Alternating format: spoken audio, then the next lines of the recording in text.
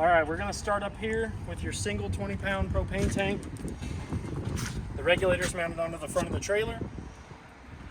We've got your manual tongue jack here. You can use that to raise and lower the front end of the camper when you're unhooking and hooking it up. You've got your 7-way connector. It's got a holder right here for it. Highly recommend that you put that in there when you're not using it instead of letting it dangle. A good way to get it cut off. You've got your standard battery here underneath the box with its rain guard on it. Down here we've got a battery disconnect that you can turn that to the off position, and that will cut the juice from the battery so you don't drain your battery. You've got your emergency brake cable hanging down here. That'll go on with the chains when we put that onto the camper. We'll come over here to the side of the camper. You've got your first side compartment here. Opens up, goes all the way in over to the other side. You've got your stabilizer jacks here. They're all the same on all 4 sides. You can use a 3/4 inch drive to bring these up and down. The manual crank is in the other side of the compartment. We'll get to that when we go over there, and I'll show you what that looks like. Those are for stabilizing the camper only. You do not want to use those to raise and lower it up. This is your furnace vent here. Caution, this gets very hot. So if you have little ones, or you're gonna have a lot of people around it, make sure that they kind of vacate this. I also recommend getting a mud dauber screen for it. It's about a $20 part or $140 fix if mud daubers get up in there and we have to go up in there and fish them little guys out. This is gonna be your hot water heater. Runs on LP. I went ahead and put your freshwater drain plug here while I let it drain, which your freshwater drain is right here. That's what that cap screws onto. I just stick it up here so we don't lose it when it's not in use. This is your freshwater connection. This is what you're gonna put your regulator and hose into to fill up your fresh tanks. It's got an air breather on it so you don't get any back pressure. You'll hear it gurgle for a second and then the water will start to flow through. Water will come back out of this when you pull your hose out, but that's normal. But we do recommend that you go inside and you read the monitor panel when you're filling it. Don't just let it shoot out, because that can cause damage to the outside of the camper. Yes.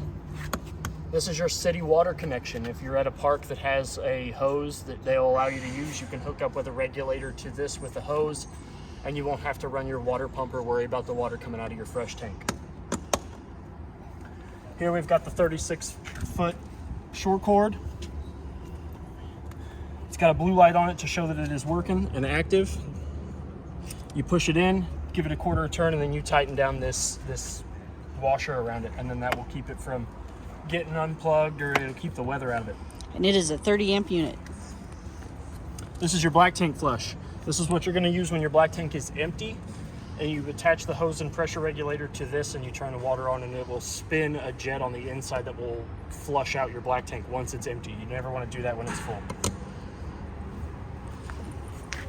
Down here we've got your gray tank release valve and your black tank release valve. When you're ready to drain the unit, you'll pop the cap off. You always want to drain your black tank first and then your gray. That way it kind of cleans out the hose. Got another one of the stabilizer jacks. Again, 3/4 inch socket will raise and lower that. You've got your low point drains here. The blue one is for the cold, the red one is for the hot. This is your cable and satellite hookup. If you're at the park and the park provides cable or satellite, you'll put the coax cable into that and it'll run it to the inside of the unit. Back here's your spare tire. It is checked for pressure. It is not torqued down. Those are just put on with a wrench.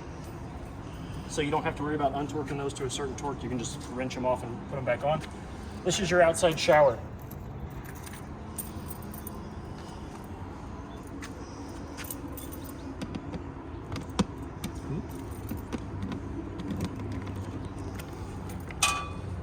It's got a hose connected to a shower head with 2 knobs, one labeled hot, one labeled cold.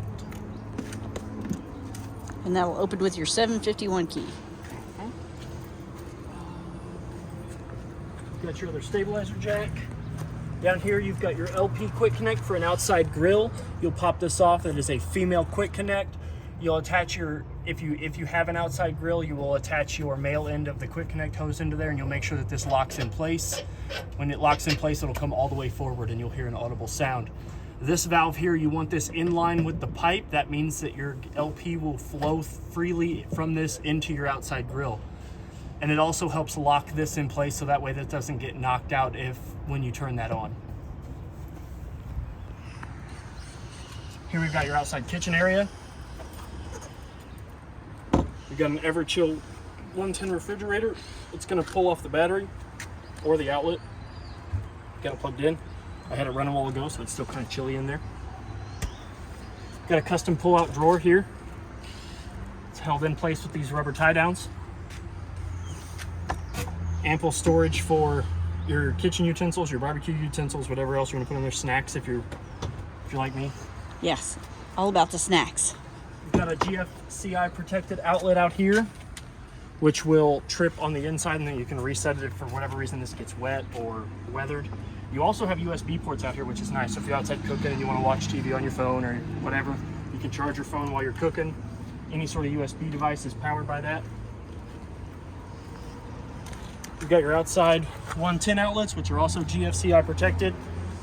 That means that they won't trip, and there will be a circuit in there that you can reset and set if it was to ever get tripped. Your tires are torqued and aired to spec. There's a sticker up on the front that will show you what the proper spec is for the torque, and then the tire pressure will be on the side of the tire. Up here is your other side compartment that has all the stuff for your hitch on it when you get here, and along with the manual crank handle for the jacks in case you don't have a 3/4 inch socket to put them on.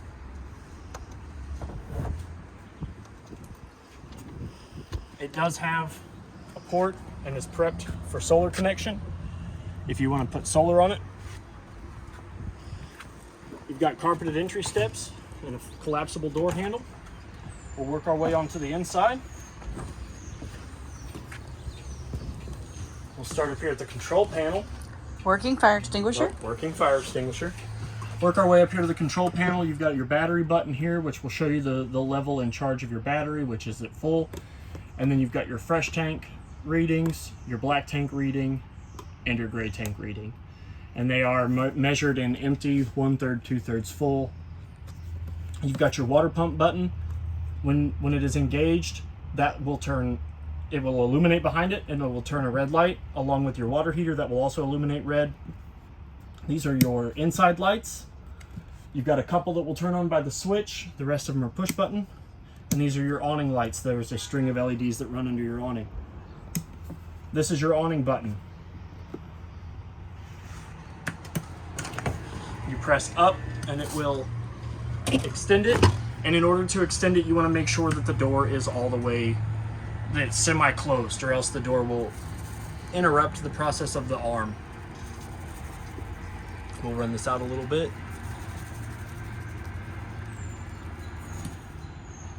When you run it all the way out, you will want the end of the tube to, there'll be a small piece of fabric that kind of lays flat. You'll want that directly up and down. The skirt. That'll keep the rain from coming in on you. It does have 2 pinch points, one on either side. You can pop those up and you can tilt one side of the awning up or down depending on which way you want the rain to run off. But when you go to put the awning back up, make sure that you fasten those pinch points back down and you tighten them up. And your awning is a shade protectant. It's not recommended that you just leave it out all the time. And if you're not going to be supervising it, we do recommend you put it in. It is one of the most expensive things to replace on your camper.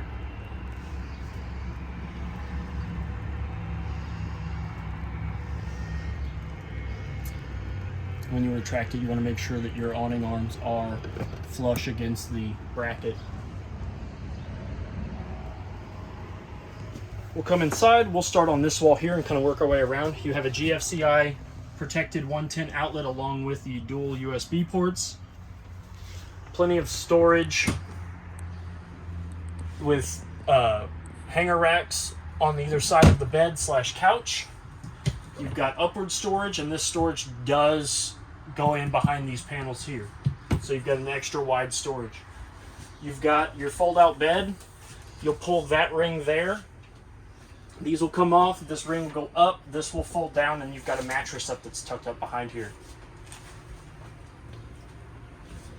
You've got your LP detector, that's what I was looking for, I couldn't remember. Got your LP detector here, we're going to test it out. There are two lights on it. There's a CO light, which is green, and then your LP light, which isn't on. You'll want to press test. It'll beep a couple times. It'll reset its test cycle. It'll do it again. And that means that there's no loose LP or loose carbon monoxide in the camper.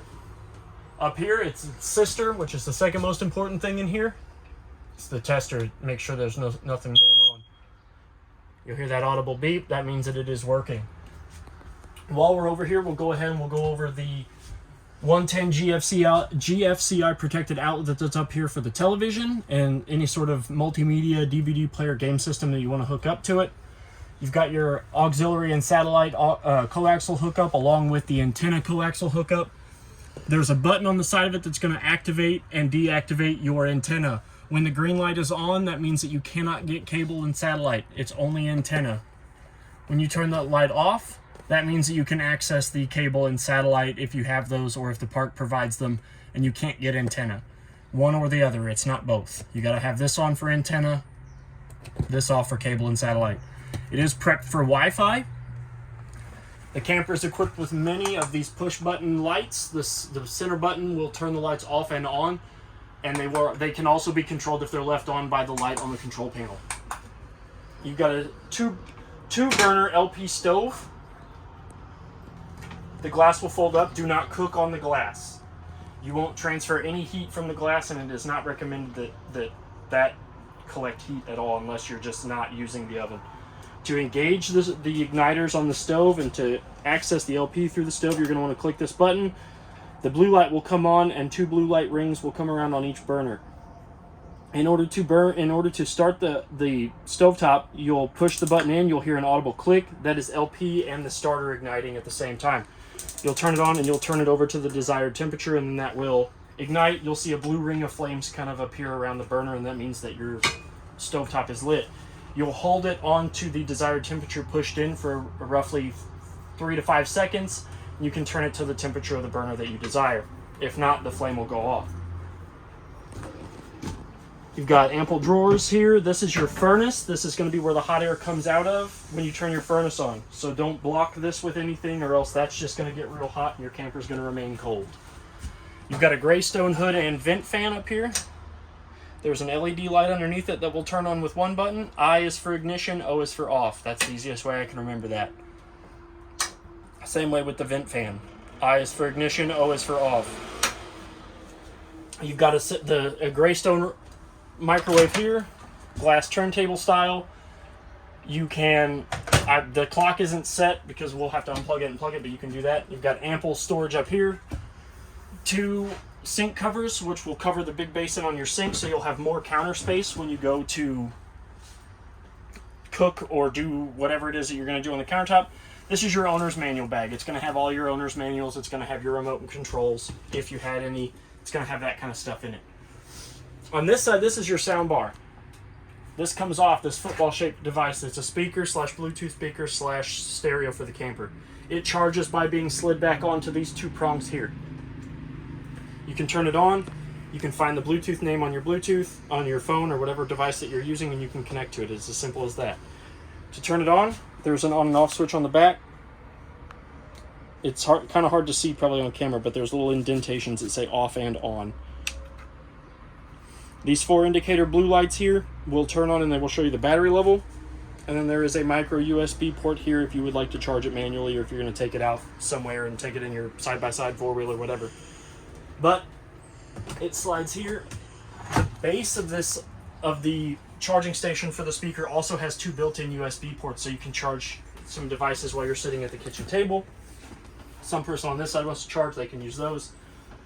Somebody on this side can use these two wall-mounted USB ports here. This is going to be your furnace controls. They are to be in the off position.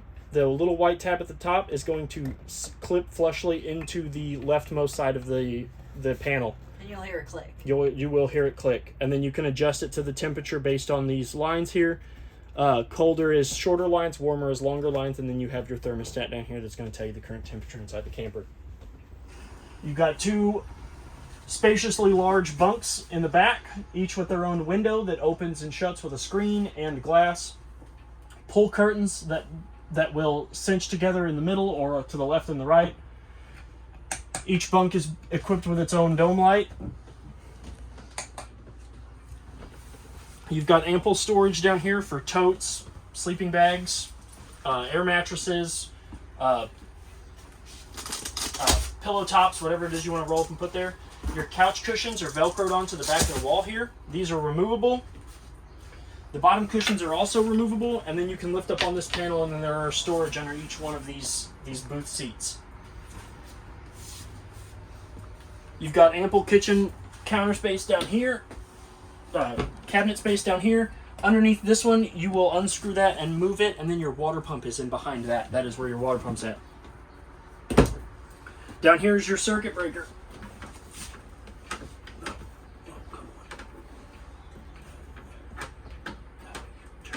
There it is.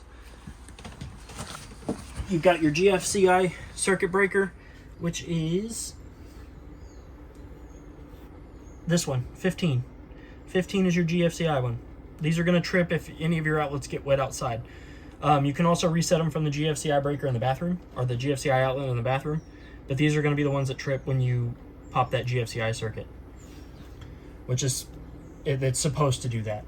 This is where your fuses are at, simple 15, 30, and 40 amp fuses.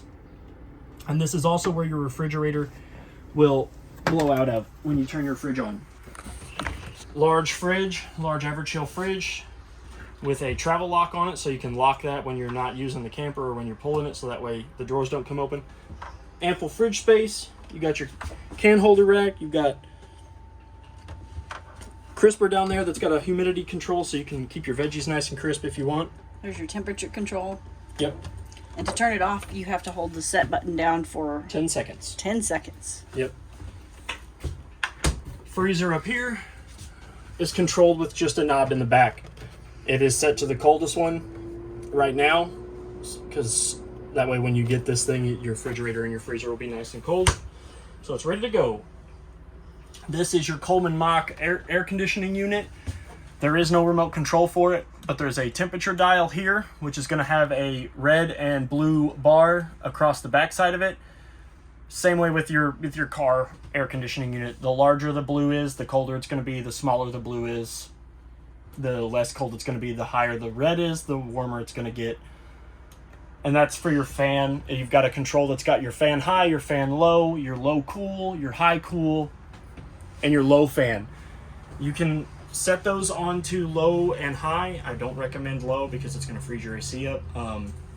Low fan is going to be where you're going to want it unless you're trying to blow cold air, but you can adjust the temperature control with this knob. You've got a rather large bathroom. You've got a medicine cabinet off in front of the sink. That is the most important part of your bathroom, which is your 110 GFCI controlled outlet. That has your set and test button on it. If your GFCI was to ever, if you were ever splash water on one of these outlets, you hit that button there and it will reset the breaker, and it will test it as well in case you want to test that. You've got drain stopper in the sink, which is just a drop down friction drain stopper, so that way you don't have to worry about it tightening up. Down here you've got ample storage. Behind that panel there is where your lines to the sink are going to be in case you ever have to get to those. You've got a ticket holder here for the fun and games. You got a broom holder here, a mop holder, dustpan holder, a friction. You just lift this up, you put your broom in it, and that'll keep it in there safe. There is no light switch, but there is a push button dome light. Again, like in most of the camper, you have these push button dome lights. You've got your large shower with your nozzle up here at the top. Pull it down. All the showers, even the outside one, has a push button. One will stop the water flow from the head, and the other one will let it flow. Up here you have your vent fan and vent. You turn the knob clockwise and it opens the vent, which is protected so you don't have to worry about buggies getting in here. This little black button over here will turn the fan off and on. So they have to watch the fun and games from outside. Yep. And you don't have to worry about them flying in when you're taking a shower. Oh, nightmare fuel. And last is your foot flush Your toilet. foot flush toilet. It's got a foot flush down here on the right hand side. Halfway, you push that halfway down, water's going to fill the bowl. You push it all the way down, it's going to open that all the way up. And you let loose, and it goes away. Did I get everything? I think I got everything. I think that's everything for your nice little travel camper. If you have any questions, feel free to reach out and I'll be happy to answer them to the best of my abilities. Happy camping. Thank you.